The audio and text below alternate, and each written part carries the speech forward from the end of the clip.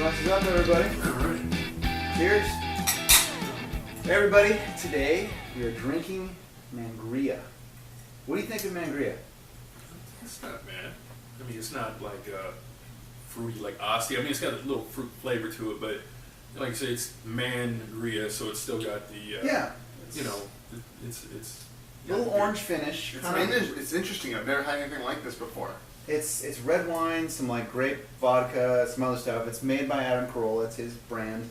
I'm not a big fan of sangria because it feels over the top and you get these weird chunks of orange and fruit and those maraschino cherries. Mm-hmm. Is Mangria a hipster thing? I have all these friends that are into sangria. Sangria hipster thing. I have all these friends that are into sangria, and they're kind of my friends on the hipster end of the spectrum. Yeah, I think it's cooler to order a sangria if you're out for brunch. Which is why I refuse to do it. So I've never had sangria, which is why this is such a new experience, I think. Right. I remember hearing about it like when I was a kid back in the 70s. People would drink sangria and was usually more sophisticated people, but I think it's like you were saying, it's along that whole hipster line, you know, with the glasses with no lenses in it. No, is that a thing? That's a thing. You know. Glasses with no like lenses? The Superman kind of lens, like this black BCG glass thing. Exactly. Anyway, all that to be said, today we are reviewing Outliers by Malcom Gladwell. You've seen this book at every grocery store, airport, the front of every Barnes & Noble. Probably in Kinko's near the aisle. Yes. This is a very, very popular book.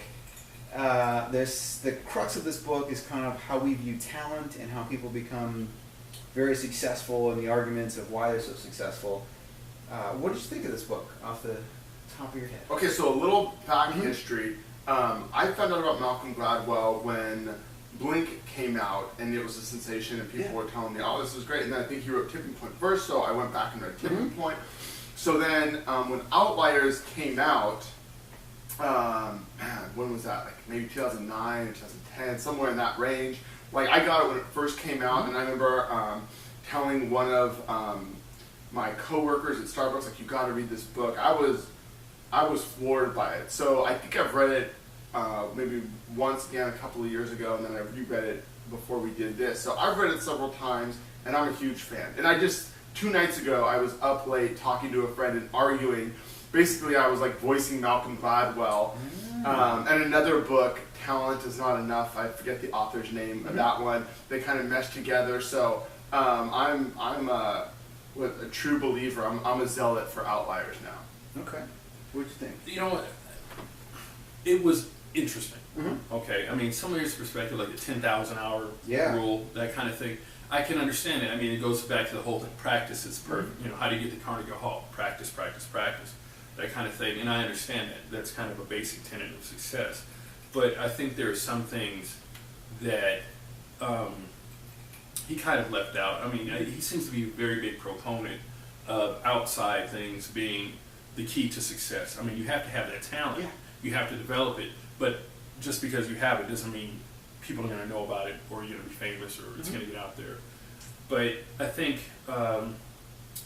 there are a lot of people who do just make it out of dirt, you know, and he just says, no, you know, you can't happen that way. But there are people, like I said, that they're called savants, and these people are mentally challenged, you know, that kind of thing. They don't have formal lessons in playing an instrument or a piano or anything like that, but yet one day they just sit down and watch somebody play the piano, and they get on repeat it note for note and that kind of thing. So when I see things like that, I'm kind of like, well, you know, there's some little chinks in the story there that, you know, I don't think he's fully researched or might have purposely left out because it presents kind of a challenge to what his premise is. Yeah, I like this book and I hate it all at the same time because on the one hand, it dispels a lot of the myth of what talent is. I think kind of the American belief is that you're talented at something, you just come out of the womb, you can play violin, you can write a novel, and that's just this is what God has bestowed upon you, and good luck with that. If you didn't get it, well, God didn't like you, and go live your life, and that's it. This book disproves a lot of that in that you need to have about 10,000 hours to be an expert in something. That's kind of the universal thought.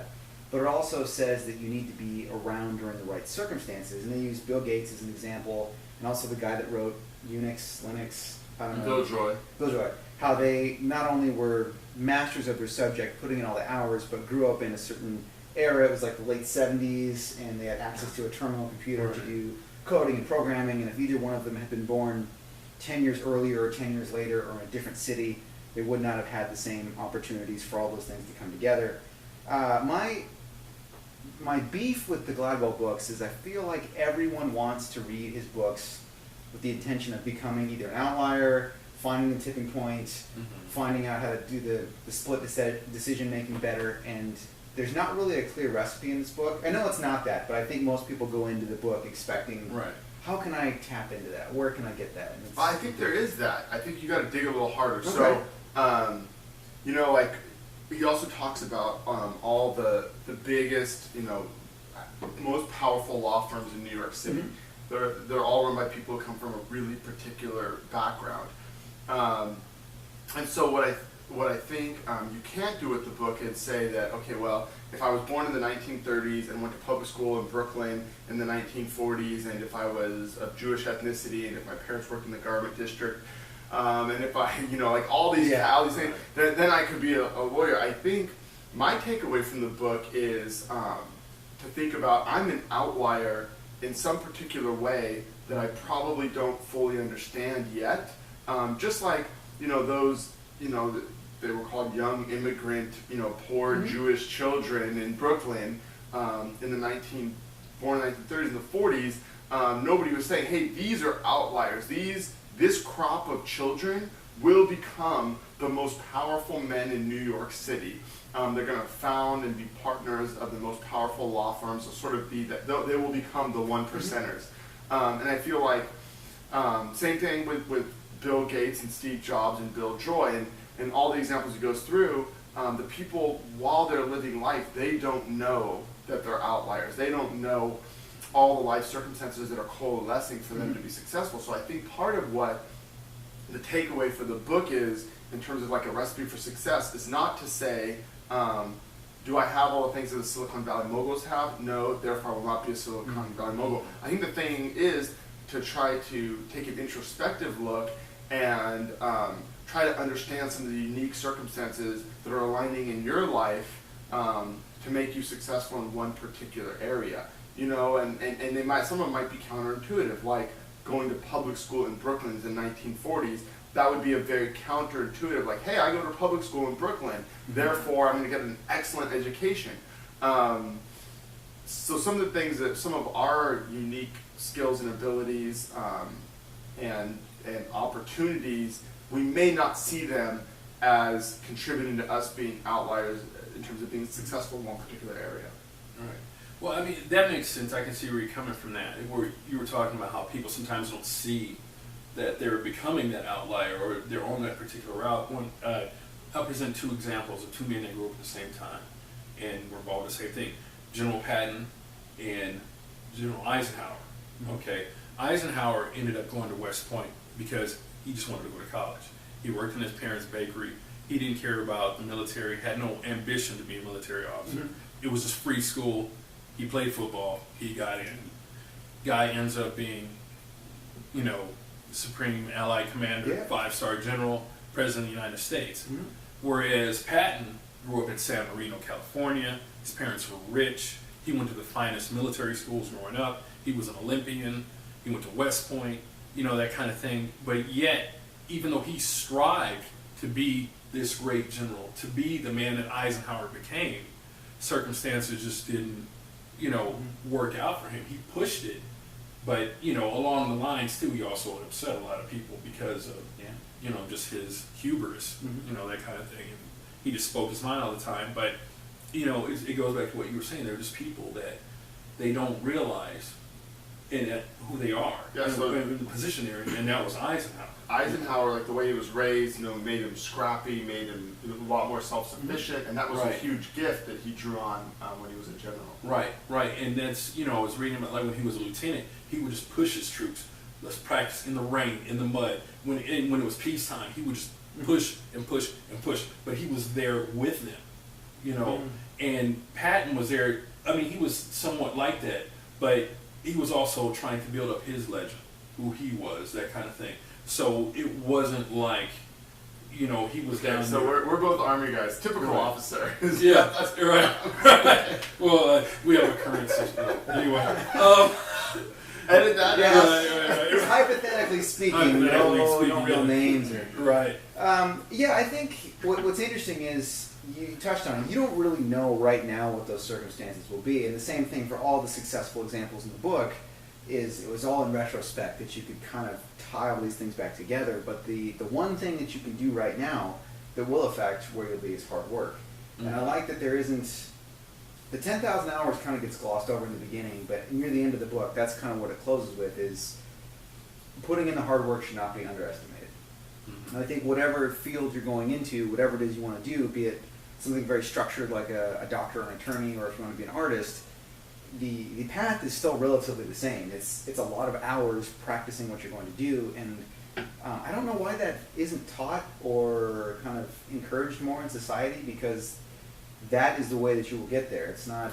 Yeah. So and then now I'm shilling for another book that we're not reading, but talent. I think it's talent is overrated. Either that or talent is not enough. Maybe put it in the show notes. Uh-huh. But it talks a lot about the 10,000 hour rule, yep.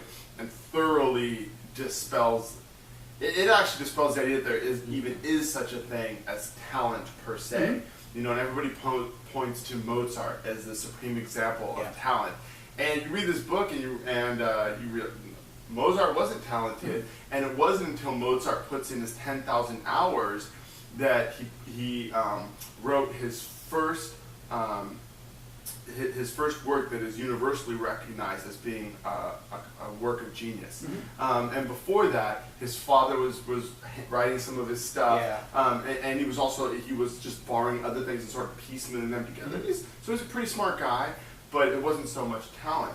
And if we go back to Outliers, he talks about the idea of savants mm-hmm. and geniuses, and says that that genius is not enough. Past a certain point, what does he say on IQ? Past about 120? I think so. Maybe 130, but it's fairly low on the genius scale. I want to say it's about 120.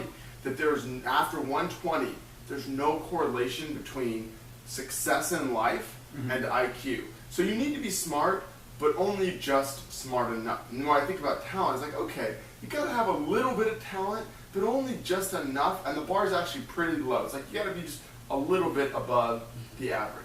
Yeah, I don't know. I think it's a balance of both.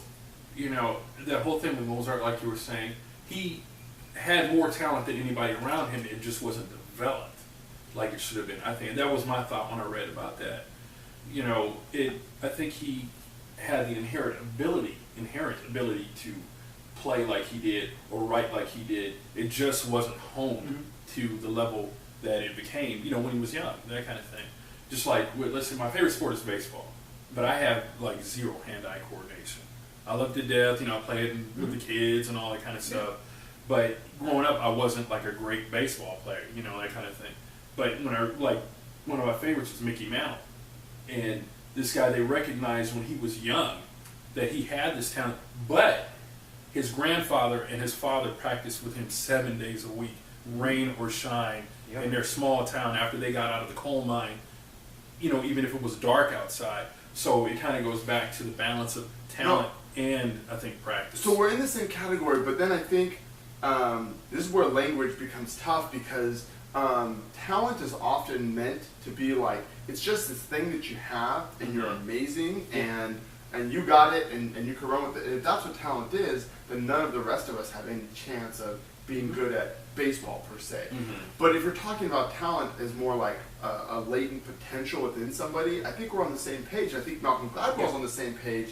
Mm-hmm. I think one of the important takeaways is that talent in that sense, being latent potential, it's even more important that people be given opportunities to put in their 10,000 hours, because we don't know the sort of the deep well of potential that's within people. Right. Yeah, and well, first of all, what month were you born in? I was born in April. Okay, what does Gladwell say about that? It's January only, or what was the baseball example? No, I'm just messing with you. Because Malcom Gladwell does look at, there's a big correlation between hockey players. He used baseball too, but I remember the one for hockey. It was if you're born at the beginning of the year, you're in a different age group, or... So yeah, okay, I'm going to mess up the exact numbers. So someone control us on this. Mm-hmm. NHL, something crazy like 60% of NHL players were born in January, February, or March. Mm-hmm. And that means that the other 9 months of the year account for only 40%, but not spread evenly. The closer you are to January, the more you are. So something ridiculous, like maybe only like 3% of NHL players are born in December. And the reason is because the cutoff in hockey in Canada, which is the mecca of hockey, is January 1st. Mm-hmm. So if you're born December 31st of 2014, you're going to play against a boy who's born on January 1st of 2014. He's 364 days older than you, which means he's basically a year bigger than you, which means he's bigger, stronger. He may not be more talented, but he's going to be better. Cause he's more attention from the coach. Yeah. So focus. these things are almost meaningless. At that age, you don't really know if it's talent or if it's just that a boy's a year older. But by the time the boy gets to be 16, it's exactly what you said. They've had more attention. They've played in better teams against better competition. They've played more games, more hours of practice. By the time they're 16, they genuinely are a better player because they've been given a lot more opportunities. And I think one of Malcom Gladwell's big call-outs is all around the ideas of the opportunities we give people and the opportunities that we don't give people. He goes back to IQ and talks about how our whole system of educational advancement, especially particularly in college, is based on traditional IQ, the SAT grades, but that doesn't correlate very well to success in the real world. But the truth is, people are getting more opportunities in the form of scholarships, admissions to better colleges, which means access to better professors, access to a better community of academia. So they're getting more opportunities based on IQ, even though IQ doesn't correlate to ability and success in the real world. This latent potential, this latent talent, and then the NHL example talks a lot about that.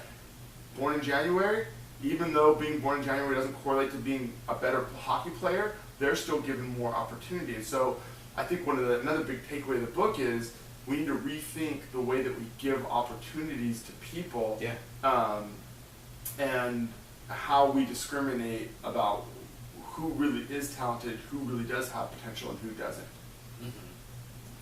Well, that makes sense.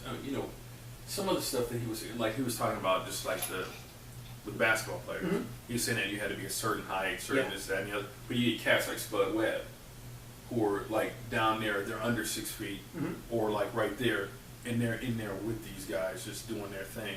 So I think there are anomalies. But that's just like the IQ thing, right? Right. You don't need to be 180 IQ, that smart. You just need to be smart enough. So it says in the NBA it's 6'1", 6'2". Right. After you're 6'1" or 6'2", there's no correlation between height and success.